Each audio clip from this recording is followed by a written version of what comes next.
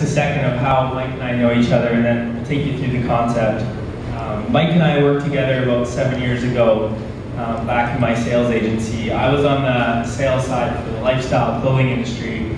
Mike then got headhunted about 5 months later and left the company, probably because he didn't like me, I hope, but because he went on to work for Molson Coors and went on for about 4 or 5 years on the sales side of the beer and spirits industry. And I kept trucking along on the sales side in the lifestyle industry. And about 4 years ago, we started a marketing company, and we started doing marketing with beer and spirits companies across Canada, a little bit of wine, and we spent about 4 years giving away great ideas to a lot of companies, and hopefully they're thankful, but we had a really good time doing it. And all along the while, we were looking for a concept that we could really grab a hold of. So in our travels over those years, this is about 2 years ago, we saw the concept of wine on tap in New York City. And this kind of relates to a point that Mike and I were talking about behind the bar about 10 minutes ago, and that is really about being inspired by travel.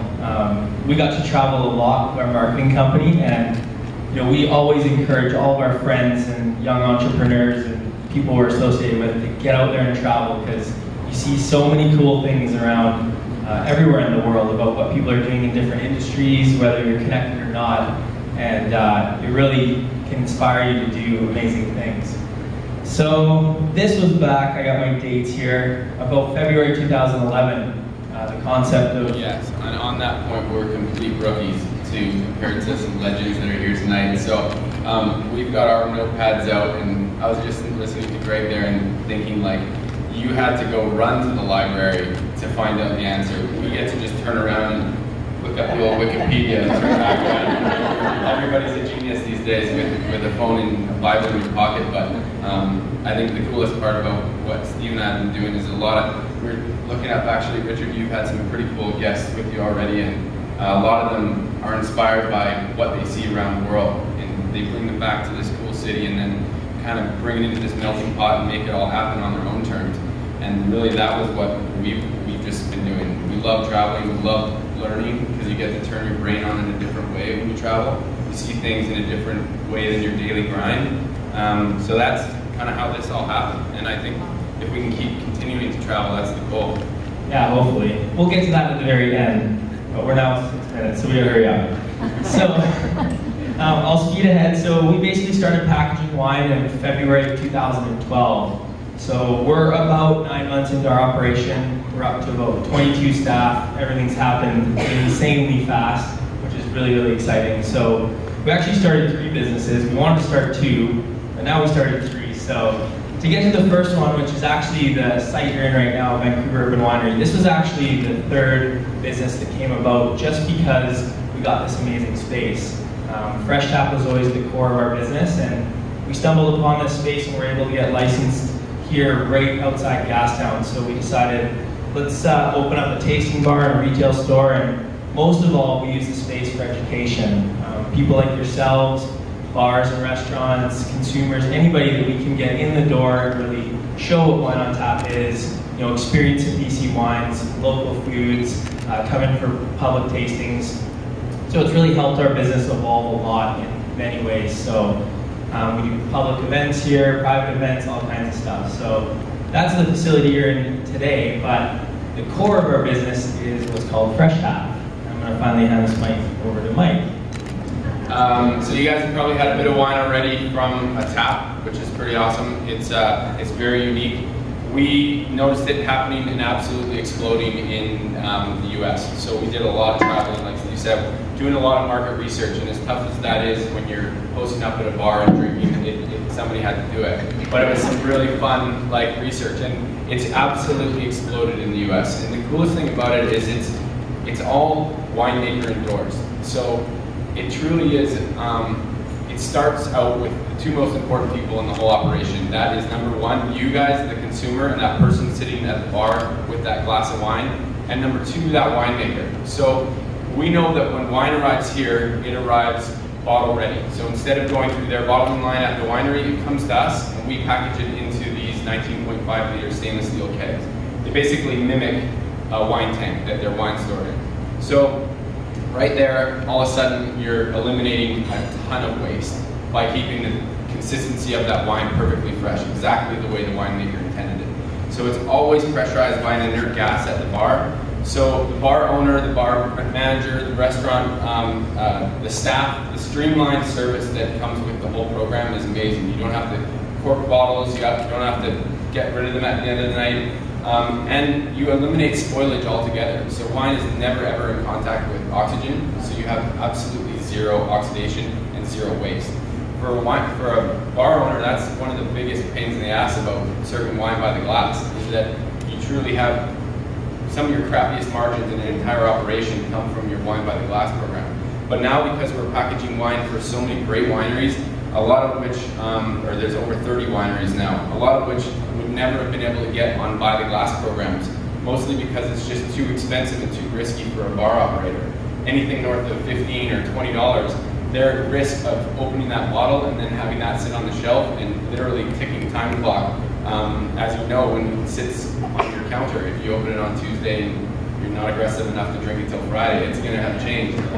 So it's the same concept, and basically the coolest part about this is that you just take that all out of the equation. But at the end of the day, the person drinking that glass is drinking a perfectly fresh glass of wine. And then there's the environmental side. So I was supposed to get into smarter, fresher, friendlier, our pillars.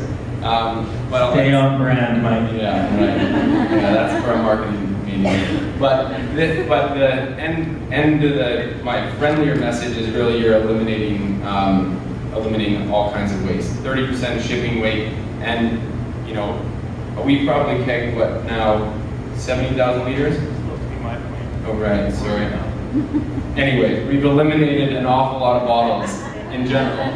I'll pass it over to Steve to kind of go through some of the stats, but other than that, you guys can come check it all out after this. We'll be here all night, and if you need a glass of wine or 6, just come find us. Thanks, Mike. So I was supposed to go through the stats. Mike is just throwing numbers out there. So we, to date, we have kegged over 40,000 liters of wine, which is a pretty large amount of product so far. And with that, we've eliminated over 40,000 bottles from ever being produced. Corks, labels, over 3,500 pounds of cardboard. So one of these kegs for us has about a 15 to 20 year reusable lifespan.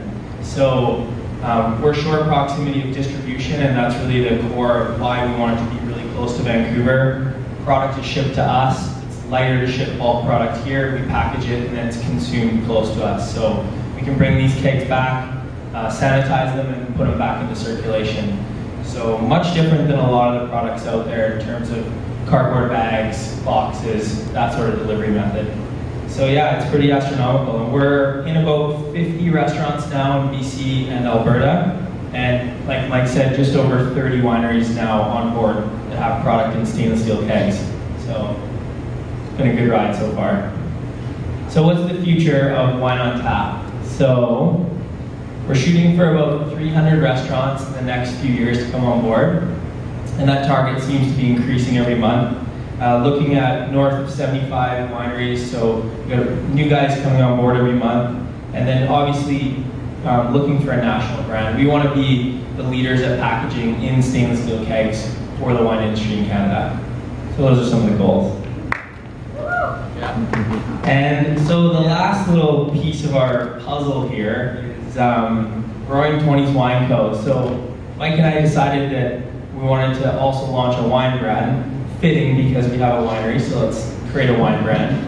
And we traveled to Argentina and New Zealand last year. It was a really tough trip. Week in each country. We ate like 30 steaks in Argentina. I don't know if you've ever had a steak there, but it's unbelievable. Coming from an Alberta boy too, it was amazing. But yeah, we got that. Literally, you're sitting in the site where it's going to be chaos tomorrow. We have a bottling line that pulls in here at 5:30 in the morning, and we're bottling 3,000 cases of our brand that hits stores November 15th. So it's called Roaring 20s Wine Co. You can try it on tap tonight next to some of our great partners that package here at Oakdon Crush Pad, which is cool, by the way. And so anyways, this place is going to be a zoo for the next 3 days of bottling, and that's a really fun brand for Steve and I. basically because we're not growing grapes on the roof. We don't have a vineyard. We're not attached to a vineyard, so we can kind of be nimble that way. And it really is based on our own taste profile, really. And so when we traveled around, we were just trying to find a product that we loved and we could really connect with, and was the right price point, varietal specific, and I think the one thing more than anything was that you could sit down and enjoy 3 or 4 bottles in one sitting. So that was like a #1 key. But anyways, keep an eye out for it. It launches November 15th. Anyway, cheers guys, thanks so much. That's a wrap. Cheers, thank you.